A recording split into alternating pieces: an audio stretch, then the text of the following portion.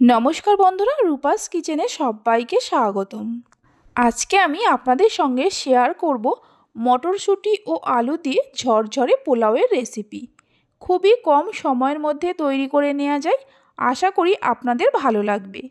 বেশি কিছু রান্না করতে মন না চাইলে এই রেসিপিটি বানাতে পারেন। তাহলে চলুন দেখে নেওয়া যাক। শুরু থেকে শেষ পর্যন্ত দেখার জন্য আপনাদের কাছে অনুরোধ রইল। প্রথমে একটা মিক্সিং বোলের মধ্যে 1 বাটি বাসমতি চাল নিয়ে নেব। ওজন হিসাবে 400 গ্রাম।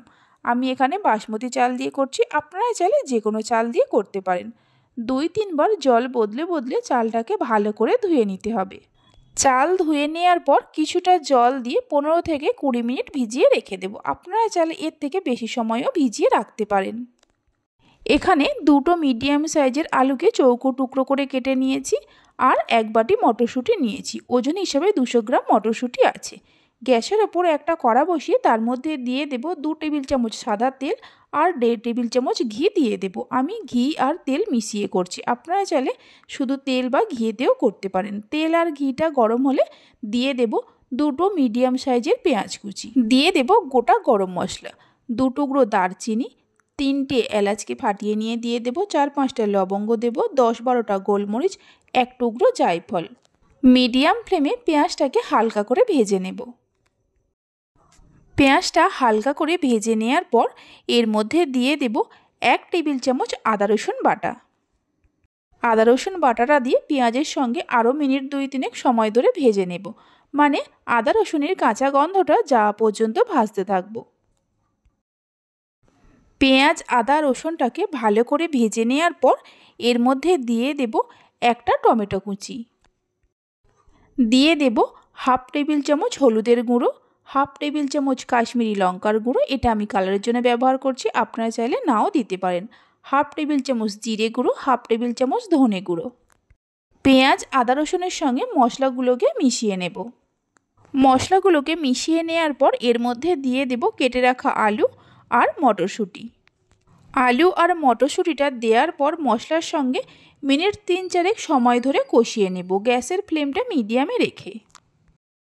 এইভাবে একবার পোলাওয়ের রেসিপিটি বাড়িতে বানিয়ে দেখতে পারেন, আশা করি খুবই ভালো লাগবে। মশলার সঙ্গে আলু আর মটর কষিয়ে নেওয়ার পর এর মধ্যে দিয়ে দেব যে বাটি মাপ করে চাল নিয়েছিলাম, মানে 1 বাটি চাল নিয়েছিলাম, তাই 2 বাটি হালকা গরম জল দিয়ে দেব। পোলাও তৈরি করার জন্য সব সময় যে কোনো বাটি বা গ্লাসের মাপ করে চাল নেবেন, তাহলে জলটা দিতে সুবিধা হবে আর পোলাওটা ঝরঝরে হবে। মানে যতটা চাল নেবেন তার ডবল জল দিতে হবে। দিয়ে দেব 2টো তেজপাতা। সব কিছুকে মিশিয়ে দিয়ে গ্যাসের ফ্লেমটা হাইতে করে ঢাকা দিয়ে জলটা ফোটা পর্যন্ত অপেক্ষা করব। জলটা ফুটে উঠলে ঢাকা খুলে একটু নাড়াচাড়া করে নেব আর যে চালটা ভিজিয়ে রেখেছিলাম জল ঝরিয়ে নিয়ে এর মধ্যে দিয়ে দেব। চালগুলো দেওয়ার সময় গ্যাসের ফ্লেমটা লোতে রাখতে হবে। চালগুলো দেওয়ার পর এর মধ্যে দিয়ে দেব স্বাদমতো নুন। নুন দেওয়ার পর সব কিছুকে মিশিয়ে নিয়ে গ্যাসের ফ্লেমটা হাইতে করে আবারও জলটা ফোটা পর্যন্ত অপেক্ষা করব। জলটা ফুটে উঠলে গ্যাসের ফ্লেমটা মিডিয়ামে করে মিনিট 5 সময়ের জন্য ঢাকা দিয়ে দেব। 5 মিনিট পর ঢাকা খুলে সব কিছুকে হালকা হাতে একটু নাড়াচাড়া করে নেব। খুবই সাবধানে করতে হবে, তা না হলে চালগুলো ভেঙে যেতে পারে। দেখুন আলু মটর ও চাল সব কিছুই হাফ সেদ্ধ হয়ে গেছে। হালকা হাতে একটু নাড়াচাড়া করে নেব। এই সময় গ্যাসের ফ্লেমটা লোতে করে দিতে হবে। সব কিছুকে ভালো করে মিশিয়ে নেওয়ার পর এর মধ্যে দিয়ে দেব 1/2 টেবিল চামচ গোলমরিচ গুঁড়ো, একটা টমেটোকে কুচিয়ে নিয়ে দিয়ে দেব, 6-7টা কাঁচা লঙ্কা দিয়ে দেব। কাঁচা লঙ্কাটা চাইলে আপনারা অবশ্যই কমিয়ে দিতে পারেন। দিয়ে দেব 1 মুঠো ধনেপাতা কুচি, সামান্য চিনি, চিনিটা চাইলে আপনারা নাও দিতে পারেন। সব শেষে দিয়ে দেব 1 টেবিল চামচ ঘি।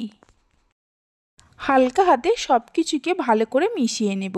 অবশ্যই এই সময় গ্যাসের ফ্লেমটা লোতে রাখতে হবে। সব কিছুকে মিশিয়ে নেওয়ার পর গ্যাসের ফ্লেমটা লোতে রেখে 8 থেকে 10 মিনিটের জন্য ঢাকা দিয়ে দেব। ঢাকার মধ্যে যে একটা ছিদ্র আছে, এখানে একটা লবঙ্গ দিয়ে দেব, তাহলে ভেতরের হাওয়া আর বাইরে আসতে পারবে না। 10 মিনিট পর ঢাকা খুলে দেখাচ্ছি, দেখুন পোলাওটা আমাদের একদম তৈরি হয়ে গেছে। কিন্তু পোলাওয়ের মধ্যে হালকা জলজলে ভাব আছে, সেই জন্য হালকা হাতে একটু নাড়াচাড়া করে নিয়ে গ্যাসের ফ্লেমটা বন্ধ করে দিয়ে ঢাকা দিয়ে আরও 10 মিনিট রেখে দেব, তাহলে পোলাওটা একদম ঝরঝরে হয়ে যাবে। আলুগুলোও খুব সুন্দরভাবে সেদ্ধ হয়ে গেছে।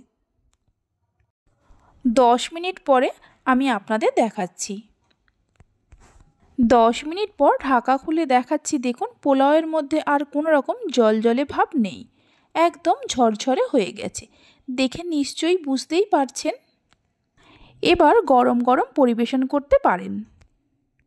আমার রেসিপি যদি আপনাদের ভালো লেগে থাকে অবশ্যই একটা লাইক করবেন আর আমাকে কমেন্ট করে জানাবেন।